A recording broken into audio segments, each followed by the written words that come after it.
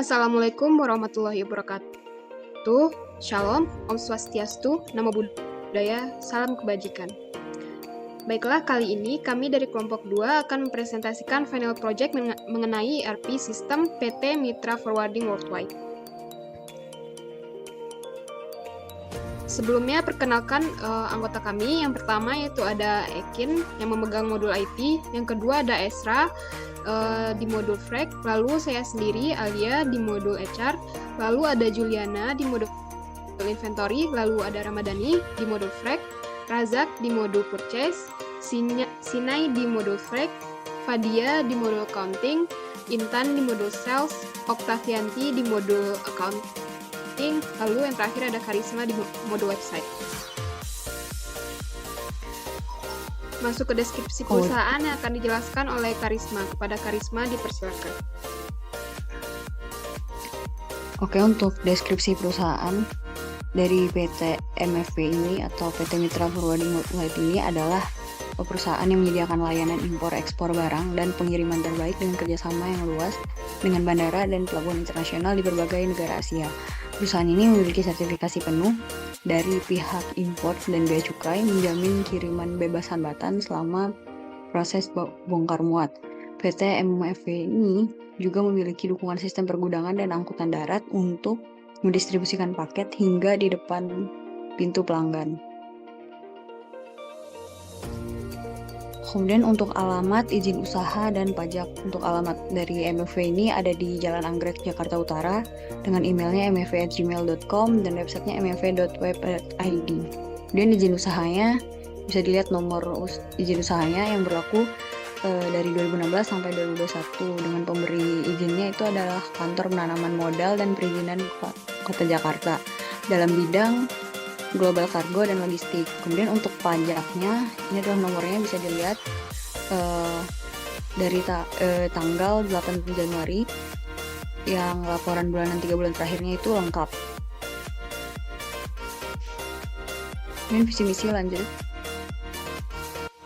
Baik, selanjutnya terkait visi misi perusahaan. Seperti yang kita tahu, setiap perusahaan pasti memiliki visi misinya masing-masing.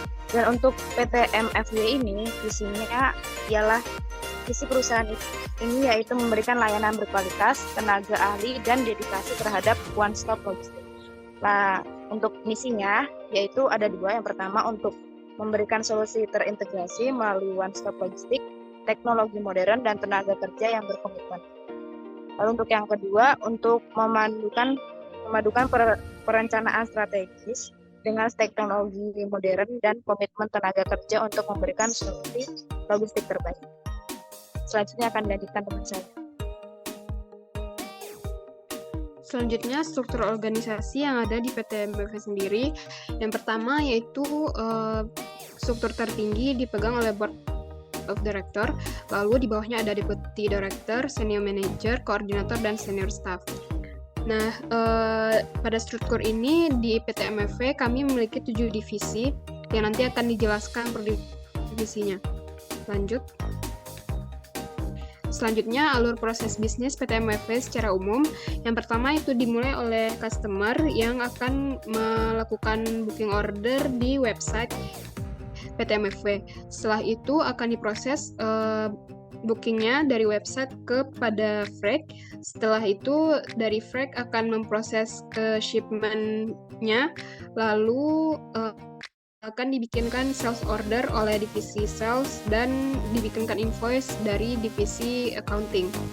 Setelah dibikin invoice, maka inventory akan melakukan cek persediaan untuk packing. Apabila kurang, akan dilakukan pembelian oleh divisi purchase dan pembayaran pembelian sendiri akan diselesaikan oleh divisi accounting.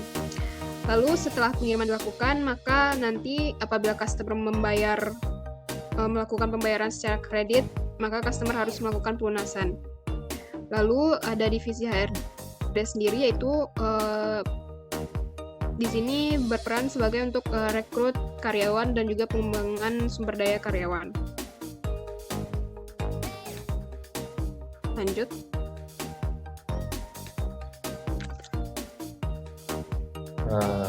Baik, di sini untuk produk atau layanan yang disediakan pada PTMWF yaitu yang pertama ada General Cargo dengan kategori Cargo dan Regular Cargo. Yang kedua ada produk Priority Cargo dengan kategori Priority Cargo. Lalu ada Specialty Cargo dengan kategori Perishable Cargo, Farmasi Cargo, Valuable Cargo, Live Animal, Dangerous Goods, dan Human Remains. Selanjutnya itu penjelasan terkait divisi Information and Technology. Di sini terbagi menjadi dua, ada website dan IT. Di sini saya akan menjelaskan pada bagian IT terlebih dahulu. Di sini untuk job desk IT itu yang pertama itu membuat VPS. Jadi di sini untuk VPS yang digunakan itu melalui platform Exabytes. Lalu setelah membuat VPS itu tugas IT ialah melakukan instalasi UDU SOD di server VPS tersebut. Setelah melakukan instalasi UDU, maka melakukan instalasi WKHTML to PDF. Di sini untuk fungsi WKHTML to PDF ini agar nantinya para masing-masing divisi bisa melakukan download file menjadi PDF, misalnya quotation atau invoice. Lalu selanjutnya ada melakukan instalasi modul dan ekstra modul. Di sini untuk instalasi modul dan ekstra modulnya itu menggunakan tools WinSCP. Lalu setelah dilakukan instalasi, maka akan melakukan aktivasi modul dan ekstra modul sesuai dengan kebutuhan perusahaan. Selanjutnya yang terakhir itu job desk-nya itu melakukan basic set. Di sini untuk basic setup yang dilakukan oleh IT itu yang pertama itu melakukan setting user untuk masing-masing divisi, lalu melakukan konfigurasi email outgoing mail server dan incoming mail server. Selanjutnya di sini ada UAT dan blueprint pada IT dan website. Di sini sama seperti job desk-nya. Yang pertama membuat VPS, lalu install SOD, install WKHTML to PDF, install modul dan ekstra modul, aktivasi modul dan ekstra modul, basic setup.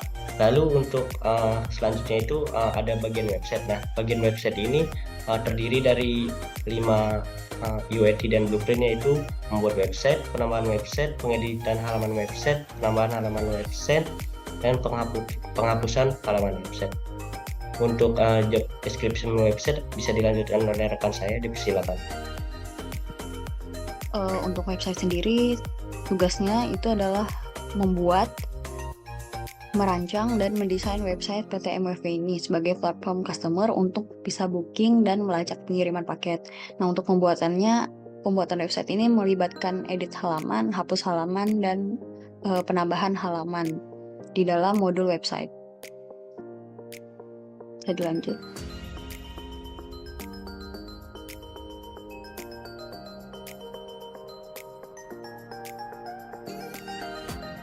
Selanjutnya yaitu penjelasan divisi Frek oleh Esra. Kepada Esra disilakan. Baik, di sini saya akan menjelaskan mengenai job desk pada Frek. Yang pertama itu adalah mengkoordinasikan dan melacak pengiriman barang melalui berbagai pilihan transportasi, yaitu ada darat, laut, dan udara. Kemudian selanjutnya menyusun dan mengolah dokumen pengiriman, termasuk faktur, surat jalan, dan dokumen bea cukai. Ketiga, menegosiasikan tarif pengiriman dengan vendor dan memastikan pengiriman tepat pada waktunya. Yang keempat, yaitu menyelesaikan masalah yang mungkin muncul selama proses pengiriman. Yang kelima, memastikan kepatuhan terhadap peraturan dan standar industri. Yang keenam, yaitu membuat laporan pengiriman dan pengeluaran secara berkala. Yang ketujuh, menjaga hubungan baik dengan klien dan vendor. Dan terakhir, job desk Frek adalah memonitor dan memastikan kualitas layanan pengiriman. Selanjutnya ada UAT dan blueprint pada Frek. Itu yang pertama, shipping instruction. Sedikit penjelasan mengenai shipping instruction ini adalah petunjuk atau instruksi yang diberikan oleh pihak pengirim kepada pihak pengangkut perusahaan pelayaran dalam pelaksanaan pengiriman barang. Yang kedua adalah target shipment. Target shipment itu sendiri adalah waktu atau tanggal yang ditetapkan sebagai tujuan atau target untuk pengiriman barang atau muatan yang akan dikirim. Dan terakhir adalah exim dokumen, di mana exim dokumen ini adalah dokumen-dokumen tertentu yang spesifik dalam industri pengiriman tersebut. Kembali kepada moderator. Selanjutnya itu divisi purchase yang akan disampaikan oleh Ramadhani Razak. Dari modul purchase adalah modul yang dapat memastikan pembelian, mencatat pembelian berulang, menyiapkan pemesanan pembelian, menerima barang yang telah dipesan, memeriksa barang-barang yang dibeli agar sesuai spesifikasi yang dipesan, serta melakukan pembayaran yang tepat waktu kepada vendor.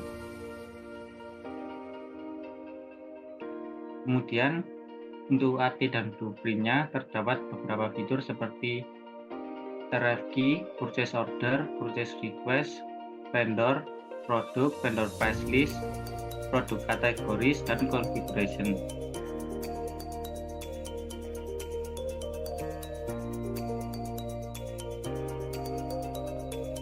Selanjutnya itu divisi sales yang akan disampaikan oleh Intan. Baik, selanjutnya saya akan menjelaskan tentang di job desk dari divisi sales sendiri. Divisi sales bertugas untuk memeriksa quotation, melakukan negosiasi dengan customer, dan mengkonfirmasi pembelian yang dilakukan oleh customer yang statusnya sudah dilakukan proses booking oleh divisi freight. Next. Ini merupakan UAT dan blueprint dari divisi sales sendiri, yaitu ada 3. Yang pertama itu ada customer, yang kedua ada master price list, dan juga ada outstanding SO. Selanjutnya, saya serahkan ke moderator kembali.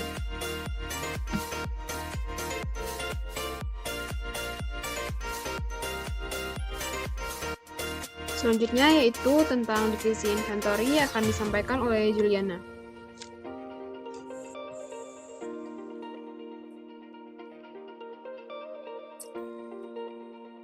Baiklah, terima kasih untuk di divisi inventory. Job desk dari inventory sendiri itu bertugas untuk mengelola barang yang ada di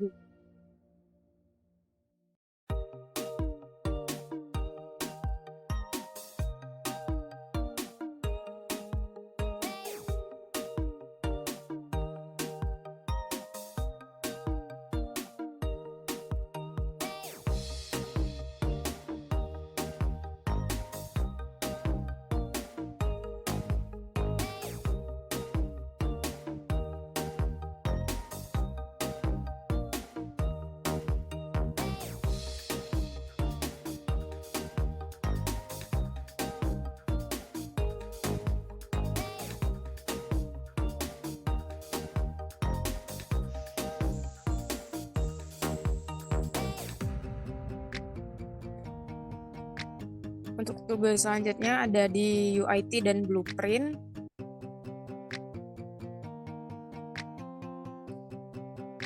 Nah, untuk di cakupan modul inventory ini, divisi inventory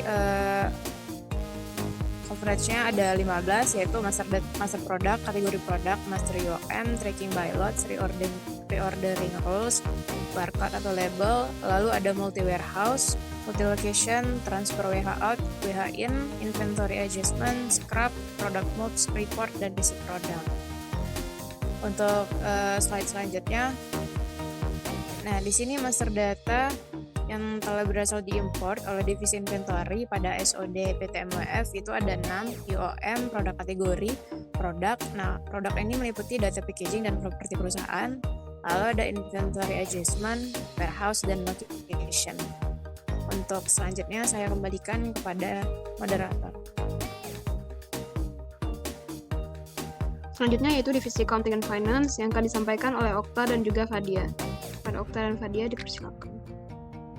Baik, selanjutnya masuk ke divisi accounting dan finance, di mana job desk dari divisi accounting dan finance ini yaitu ada setting and configuration master data, ada journal entries, ada piutang usaha atau AR beserta customer invoice, ada down payment, terus membuat credit note, serta utang dagang atau vendor bill. Mungkin selanjutnya, job desk selanjutnya yaitu membuat payslip, e-faktur, dan membuat analisis laporan seperti general ledger, partner ledger, serta trial balance.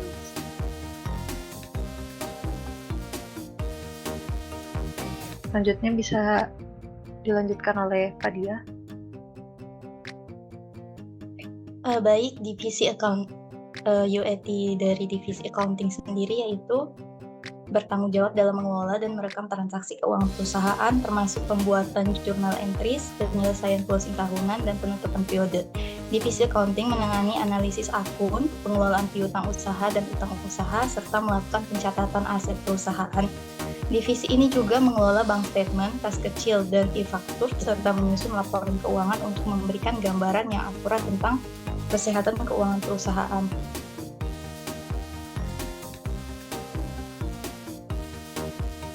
Berikut ini merupakan mock-up dari COA atau chart of account. Boleh dilanjutkan. Kemudian ini merupakan mock-up dari bank. Next. Kemudian ini merupakan mock-up dari bank account. Baik, berikut ini merupakan mock-up dari journal entries.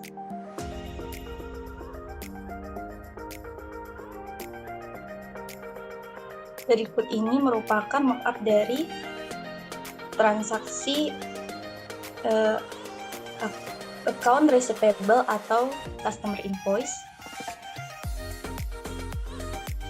Next. Baik, berikut ini merupakan mock-up dari transaksi down payment atau DP atau pembayaran di muka yang sudah dilakukan. Next.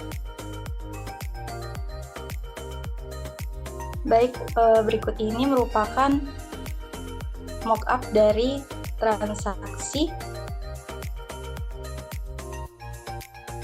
retur penjualan. Next. Berikut ini merupakan mock-up dari account payable atau hutang dagang.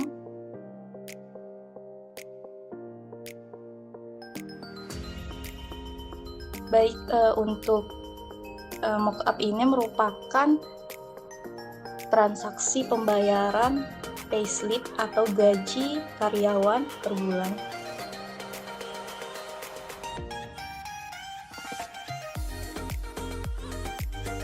Mock-up ini merupakan e-faktur yang sudah dilakukan. Baik, selanjutnya mungkin bisa dilanjutkan oleh Okta. Berikut merupakan mock-up dari laporan general ledger.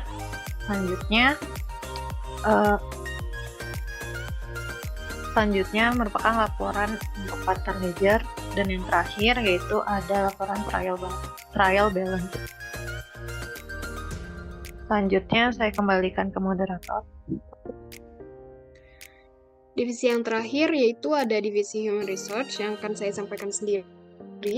Job desk dari Human Resource yaitu secara umum bertugas untuk melakukan rekrutmen, mengelola penggajian dan pengembangan karyawan. Divisi Human Resource juga mengelola data dan informasi dari setiap karyawan di PT MFW yang sudah terkonfigurasi dengan modul-modul SOD atau ODO, yaitu yang pertama ada di modul rekrutmen, lalu employees, attendance, time off, overtime request, expense, dan payroll. Baiklah, untuk UAT dan blueprint, script list-nya dari HR, itu yang pertama ada job position, lalu departemen, employees, contract, orientation checklist line, lalu employee orientation, employee training program, check-in atau check-out, lalu ada attendance, lalu reporting, lalu time of types. Selanjutnya itu ada allocation, lalu ada my time off, reporting, my expenses, expense report, reporting lagi, lalu ada overtime types, overtime request, salary rule kategori, salary rules, salary structure, dan yang terakhir ada employee payslip. Selanjutnya itu kita masuk kepada skenario integrasi yang pertama yang akan disampaikan oleh Frank. Kepada Ramadhani, dipersilakan. Baik, saya akan menjelaskan skenario integrasi yang pertama. Di sini kami menjelaskan terkait SL01A di mana skenario penjualan normal dengan pembayaran parsial dan pelunasan pembayaran di akhir. Dokumen yang dikeluarkan ada 1 SO, 1 receipt, 1 invoice, dan 2 payment. Di sini PT Flamingo merupakan perusahaan yang memproduksi perhiasan dan aksesoris berkualitas tinggi dalam rangka memperluas distribusi produk mereka ke pasar internasional. Perusahaan ini berencana untuk memesan jasa ekspor valuable cargo melalui PT Mitra Forwarding Worldwide. Keputusan ini diambil untuk memastikan bahwa produk perhiasan dan aksesoris unggulannya dapat sampai dengan aman dan tepat waktu ke pelanggan di seluruh dunia. Dengan memanfaatkan layanan ekspor yang handal dan berpengalaman dari PT MFP, PT Flamingo berharap dapat meningkatkan kehadiran globalnya, memperluas pangsa pasar, dan memperkuat reputasinya sebagai penyedia perhiasan terkemuka di industri tersebut. PT Flamingo berencana memesan valuable cargo kepada PT MFP dengan list sebagai berikut. Lanjut.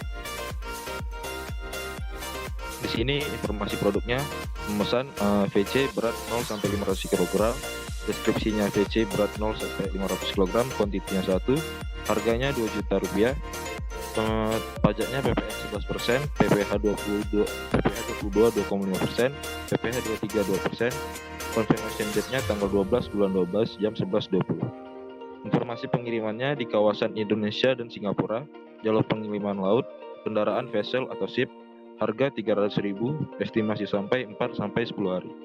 Packing yang digunakan adalah packing kayu dengan height 50, wide 30, length 40, volume 0,6 dan gross weight 15 kg. Lanjut. Nah, berikut adalah hasil skenario pertama di SOD. Yang pertama ini merupakan booking customer dari website. Jadi setelah customer memesan barang atau produk yang ingin mereka pesan melalui website, bagian Frank akan mengisi detail pengiriman booking di bagian booking seperti transportnya, detail loading port dan discharge portnya, terus general information-nya dan lain-lain. Selanjutnya, nah jika sudah booking dilengkapkan, maka bagian Frank akan membuat convert shipment yang sudah dibuat dari booking sebelumnya. Maka hasilnya akan seperti ini, maka akan muncul kode DT 2023 1215 D0002. Di sini sudah dilengkapkan seperti detail FOB, Incoterms, dan lain-lain. Selanjutnya, untuk quotation yang setelah dilakukan booking oleh divisi Frank. Di bagian ini akan menjadi bagian dari pihak sales setelah kita menaruh invoice-nya ke consignee ataupun bagian shipper. Selanjutnya, nah untuk bagian ini mungkin akan bisa dijelaskan oleh bagian sales untuk pengisiannya. Baik, ini setelah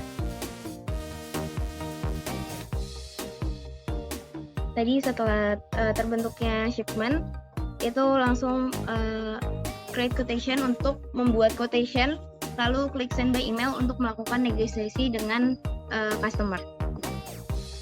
Selanjutnya,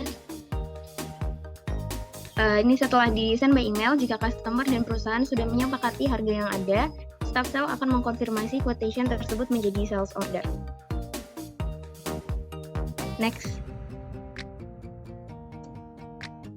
Mungkin selanjutnya untuk skenario kedua bisa dilanjutkan oleh teman saya. Selanjutnya yaitu skenario kedua. Mungkin yang pertama akan disampaikan oleh Juliana.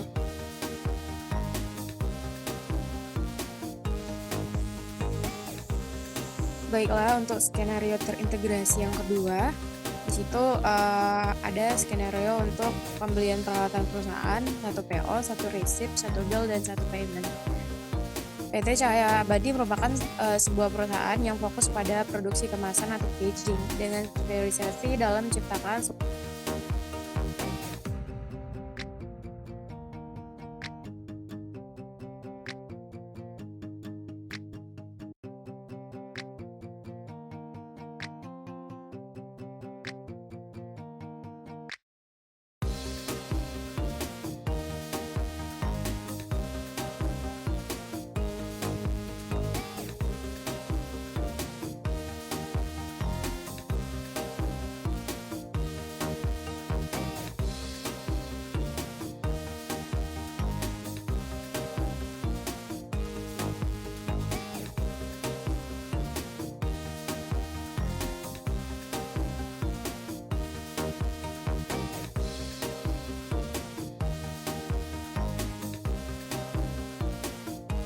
Boleh next untuk slide selanjutnya.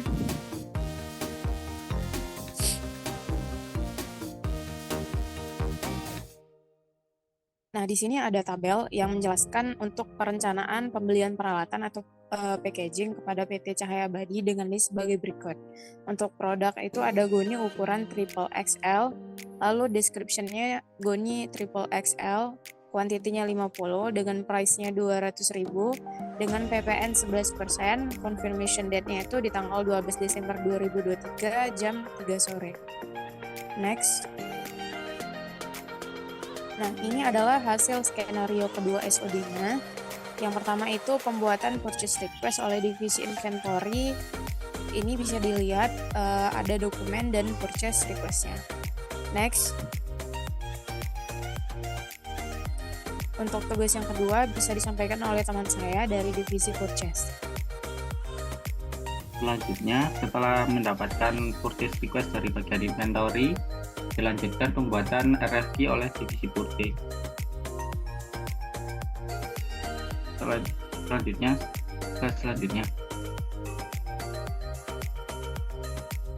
Selanjutnya, setelah dibuatkan RFQ oleh divisi purchase, dilakukan pembuatan purchase order. Selanjutnya, di sini akan dilanjutkan oleh divisi inventory. Nah, di sini untuk divisi inventory itu bakal approval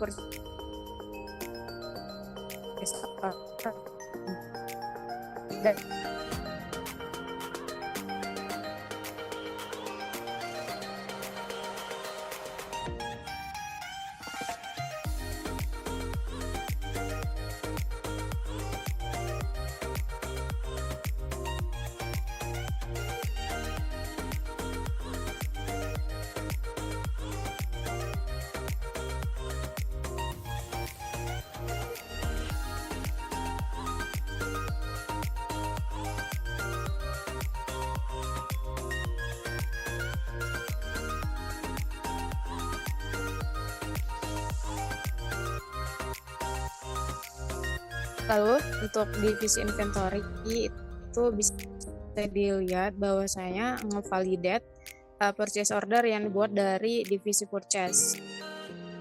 Untuk demand-nya itu 50, untuk down-nya itu 50. Bisa dilanjutkan ke slide selanjutnya. Nah, ini adalah approval dari purchase order yang dibuat oleh divisi inventory dengan PO 0002, WHN-nya 0003. Di samping ini bisa terlihat ada dokumen dari purchase order. Saya kembalikan kepada moderator.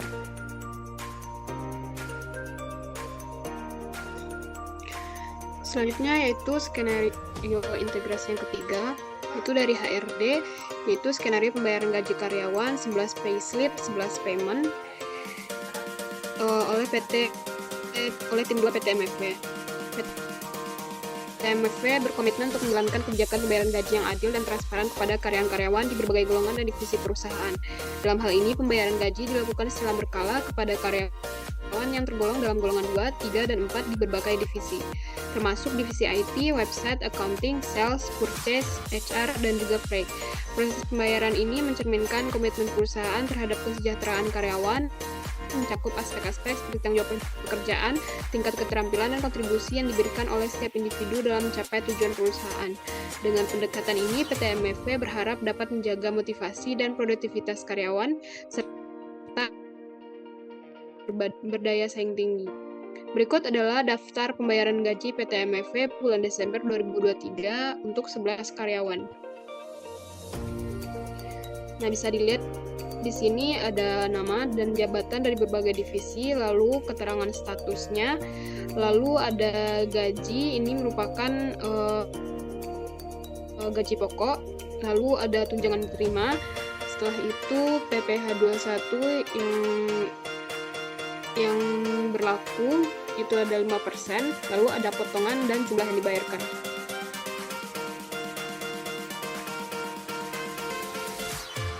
Lalu ini adalah hasil dari skenario ketiga, yaitu input 11 employee payslip oleh divisi HR. Di sini sudah terlihat 11 payslip yang udah di-input dan juga sudah di-confirm, dilihat dari statusnya dan di sebelah namanya itu. Selanjutnya itu saya akan melihatkan salah satu salary computation dari employee payslip. Di sini bisa dilihat basic golongannya, tunjangannya, gaji kotor gross-nya, lalu pengurangannya, dan juga net salary atau gaji bersihnya.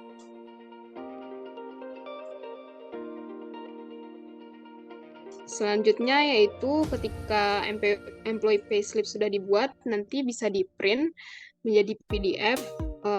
Ini adalah tampilan salah satu payslip-nya, yaitu payslip Ramadhani Razak. Di sini juga sudah terlihat perhitungannya.